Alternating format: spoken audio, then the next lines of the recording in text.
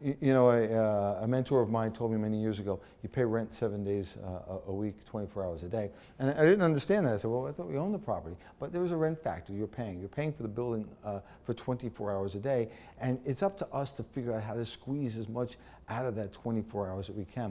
Today's consumer expects us to be available and accessible 24 hours a day. Can you imagine if you went on Facebook and you clicked and said, oh, sorry, we're closed, or you went to order something on Amazon, hey, check back with us in the morning. You'd be pissed off. Hey, Amazon, you're supposed to be here 24 hours a day now. Can't they set their own hours? Of course they can. But they've driven the expectation, Amazon, Google, Facebook, Apple, that they're open 24 hours a day. So I think it's really important that we look at how can we serve customers 24 hours a day in a meaningful way. And I think we're starting to get there. Our service department is open 5 days a week, 24 hours a day.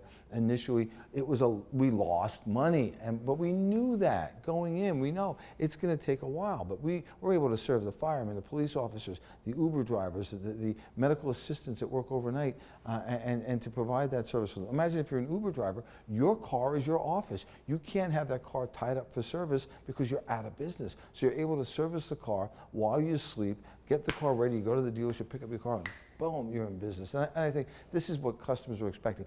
We have to keep raising the bar on ourselves. What we did in 2017 was revolutionary for 2017. It won't cut it today. It's got to be, we've got to raise the bar.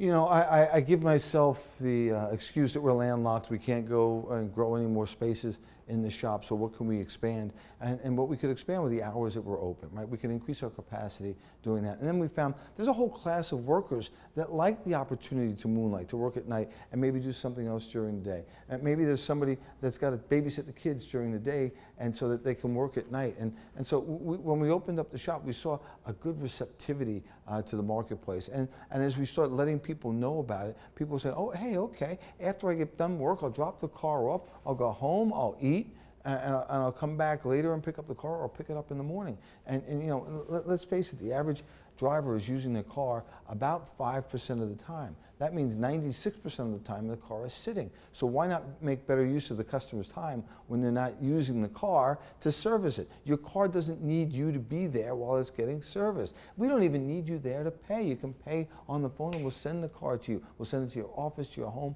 or wherever you want us to send it to you. And I'm really proud that that experience for customers has been fantastic. And I think that's enabled us now to say, okay, what can we do to improve that service? I'm really excited to start talking about what we're doing next, because I think that's going to be really special for us.